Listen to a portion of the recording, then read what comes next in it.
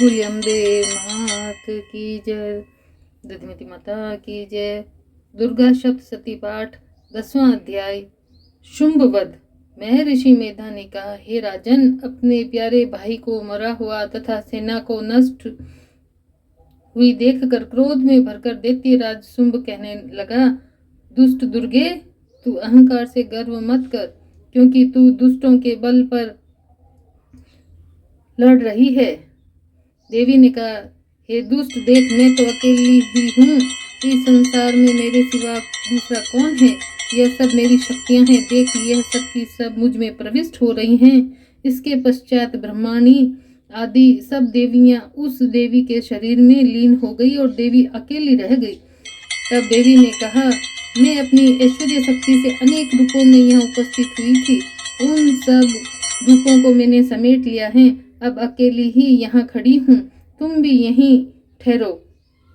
महर्षि मेधा ने कहा, तब देवताओं तथा राक्षसों को देखते देखते देवी तथा शुंभ में भयंकर युद्ध होने लगा। अंबिका देवी ने सैकड़ों अस्त्र शस्त्र छोड़े। उधर दैत्यराज ने भी भयंकर अस्त्रों का प्रहार प्रारंभ कर दिया। देवी के छोड़े हुए सैकड़ों अस्त्रों को दैत्य ने अपने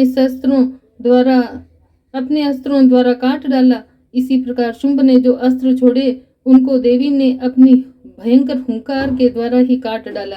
दैत्य ने जब सैकड़ों बाण छोड़कर देवी को ढक दिया तो क्रोध में भरकर देवी ने अपने बाणों से उसका धनुष नष्ट कर डाला। धनुष कट जाने पर दैत्येंद्र ने शक्ति चलाई, लेकिन देवी ने उसे भी काट कर फेंक दिया। फिर दैत्येंद्र चमकती हुई ढाल लेकर देवी की ओर दौड़ा, किंतु जब वह देवी के समीप पहुंचा तो देवी ने अपने तीक्ष्ण बाणों से उसकी चमकने वाली ढाल को भी काट डाला। फिर दैत्येंद्र का घोड़ा मर गया, रथ टूट गया, सारथी मारा गया। तब वह भयंकर मुद्गर लेकर देवी पर आक्रमण करने के लिए चला, किंतु देवी ने अपने तीक्ष्ण बाणों से उसके मुद्गर को भी काट दिया। इस पर दैत्य ने क्रोध में भरकर देवी की छाती में एक बड़ा जोर से मुक्का मारा। दैत्य ने जब देवी को मुक्का मारा तो देवी ने भी उसकी छाती में जोर से एक थप्पड़ मारा। थप्पड़ खाकर पहले तो दैत्य पृथ्वी पर गिर पड़ा, किंतु तुरंत ही वह उठ खड़ा हुआ। फिर वह देवी को पकड़कर आकाश की ओर उछाला और वहां जाकर दोनों में युद्ध होने लगा। वह युद्ध ऋषियों व देवताओं को आश्चर्य में डालने वाला था। देवी आकाश में दैत्य के साथ बहुत देर तक युद्ध करती रही। फिर देवी ने उसे आकाश में घुमाकर पृथ्वी पर गिरा दिया। दुष्ट आत्मा दैत्य पुनः उठकर देवी को मारने के लिए दौड़ा। तब उसको अपनी ओर आता हुआ देखकर देवी ने उसकी छाती विदीर्ण करके उसको पृथ्वी पर पटक दिया। देवी के त्रिशूल से घायल होने पर उस दैत्य के प्राण पखेरु उड़ गए और उसके मरने पर समुद्र, द्वीप, पर्वत और पृथ्वी सब कांपने लग गए।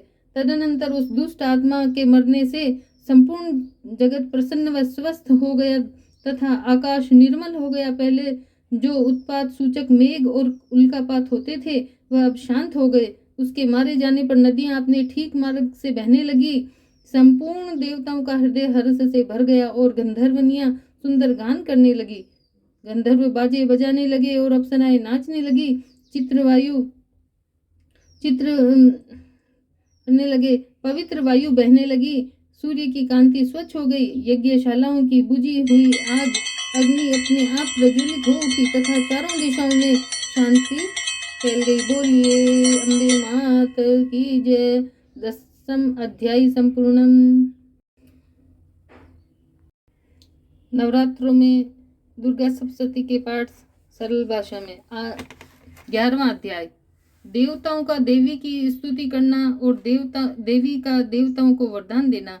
महर्षि मेधा कहते हैं, दैत्य के मारे जाने पर इंद्र आदि देवता अग्नि को आगे करके कात्यायनी देवी की स्तुति करने लगे। उस समय अभीष्ट की प्राप्ति के कारण उनके मुख खिले हुए थे। देवताओं ने कहा, हे शरणागतों की दुख दूर करने वाली देवी, तुम प्रसन्न हो।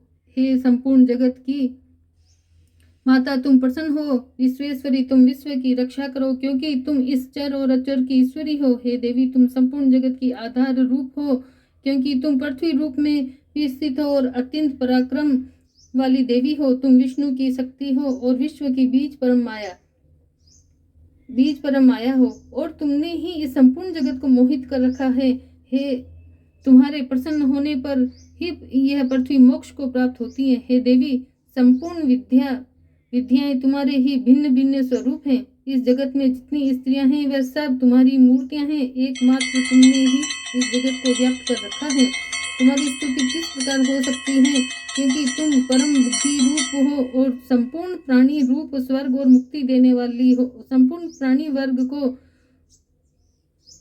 प्राणी रूप स्वर्ग और मुक्ति देने वाली हो। इसी रूप में तुम्हारी स्तुति की गई है। तुम्हारी स्तुति के लिए इससे बढ़कर और क्या युक्तियां हो सकती हैं। संपूर्ण जनों के हृदय में बुद्धि रूप होकर निवास करने वाली, स्वर्ग और मोक्ष प्रदान करने वाली है नारायणी देवी, तुमको नमस्कार है। कालाष्ट आदि रूप से अवस्थाओं को परिवर्तन की ओर ले जाने वाली है, प्राणियों का अंत करने वाली नारायणी देवी, तुम्हें नमस्कार है। नमस्कार है हे नारायणी, संपूर्ण मंगलों के मंगल रूप वाली है शिवे, हे